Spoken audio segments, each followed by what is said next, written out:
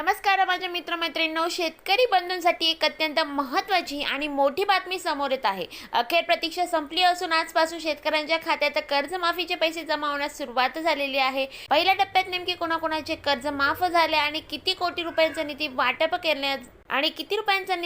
वाटप केला जात आहे हे आपण सविस्तर या बातमीमध्ये पाहणार आहोत।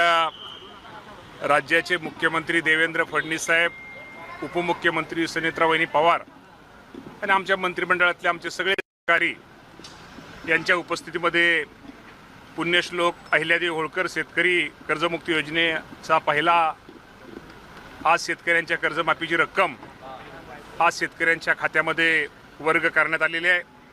साधारणतः पहिल्या टप्प्यामध्ये आजच्या ह्याच्यामध्ये 6,22,000 पात्र शेतकऱ्यांना याचा लाभ मिळणार आहे। साधारणतः 5,000 कोटीपेक्षा जास्त रक्कम ही शेतकऱ्याच्या खात्यामध्ये आज वर्ग होणार आहे आणि टप्प्याटप्प्याने सर्व शेतकऱ्यांच्या जी ही अहिल्यादेवी होळकरांच्या नावाने जी ही कर्जमाफी योजना आहे टप्प्याटप्प्याने हळूहळू सर्व शेतकऱ्याला त्याचा लाभ हा मिळणार आहे। सुरुवात आज माननीय मुख्यमंत्री महोदयांच्या शुभ हस्ते आज पहिला टप्पा हा वितरित करण्यात आलेला आहे। पुढचे जे टप्पे आहेत ते कधी केले जाणार? पहिले टप्प्यात आता हा सुरू झालेला आहे।